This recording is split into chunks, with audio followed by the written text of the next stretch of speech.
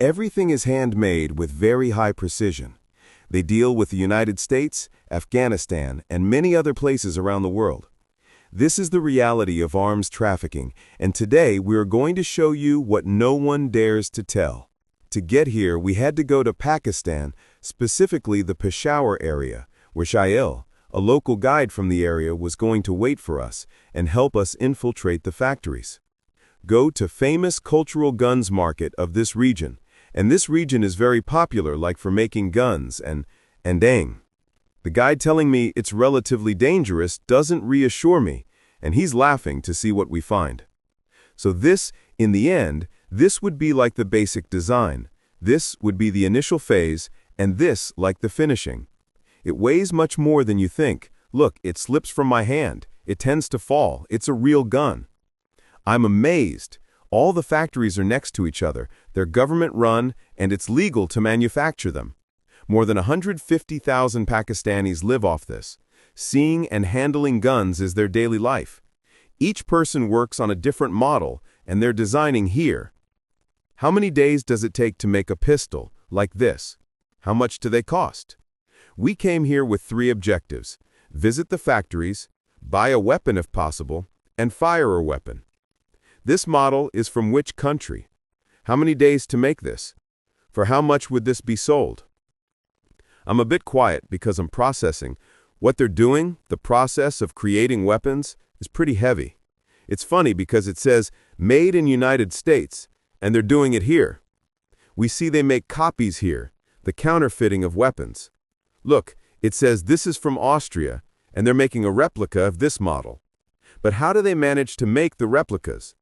First, they obtain an original model to completely disassemble it. They analyze it for weeks to capture all the details. Afterwards, they take it to another factory to make the model that will serve as a guide.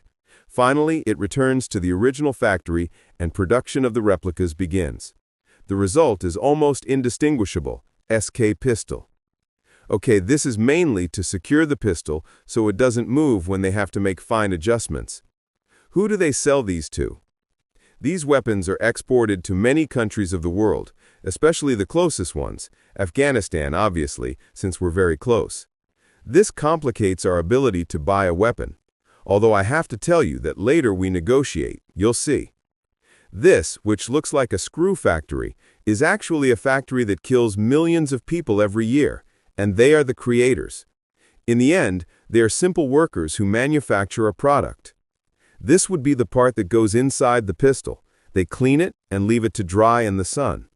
This is the chemical process they do to change the color of the weapons with heat. The paint comes out here, they pass it through until the weapon is silver-colored. They can even make them golden. As you can see here, something I find curious is that even the people here cover their faces because there's a lot of chemicals, a strong smell, and things that I'm sure aren't healthy for my lungs. So it's pretty bad of me not to have brought a mask. This would be the small arms factory. Next door, there's one for big weapons, which is where we're going now. And I forgot to ask them here if a foreigner like me could really come and buy a weapon like this. No. But anyway, first, let's keep getting to know them, keep seeing the molds, and then we'll buy a weapon. We've managed to get into another factory where large weapons are made. So let's go in. Hello, what is your name? Can you explain a bit the difference between the small guns and the big guns? The smaller, we have like 9mm, as you can see. Like the pistols, it's 9mm, and the big guns, we have the M4 carbines, AR-1, and old model Russian AK. Same caliber. If you want to have this one or this one, you can use both with the same license. This is the old mechanical one. This has the low power rate. This has a lot of recoil. This has no recoil at all. This is the most common weapon in the world, the M4 carbine. NATO forces use it, the American forces use it, the Germans, the Chinese, the Pakistanis, everybody, for its better performance, lightweight, and about 500 rounds per minute. So that's why it's the most common gun all over. It's built up in Pakistan, and if you want to buy an imported rifle, the dues and the shipment charges and all that. I'm staring at it the whole time because I think it's spectacular in terms of design, and also spectacular in what this weapon is capable of doing. a replica that is almost identical to the original, but only because it isn't the original. It's still truly insane. Here he confessed to me that to use a weapon like these, you need a license, and I was surprised at how easy it was to obtain one in Pakistan. You only need your ID, pay a fee, and you have your license. With the same license, you can carry this submachine gun. Look at all the magazines. Which is the most expensive one you have? And do you like your job? This has been crazy. This video started with us not being allowed to film anything, and little by little, they're warming up to us because these people earn a lot of money. It's not just about money. They're getting encouraged to show us things. Wow, it's like everything, every stand. How many days? In 3 days. Look at the processes they have. And we're in Pakistan, not the United States. Do you think places like this and these weapons should exist? Tell me in the comments. I think they shouldn't.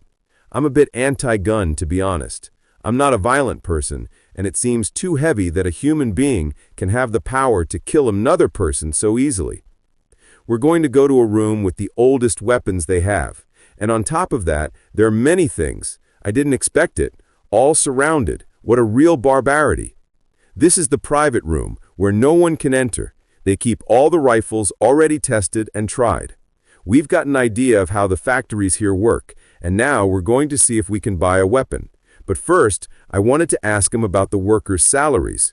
He told me they go from 20,000 to 1,000, depending on the weapons you make and the scale of them. Be amazed by the number of workers here. There's at least 100 people in this factory. We even see children. How old are you? I just found real live bullets. We can see they have them here. It seems surreal to me.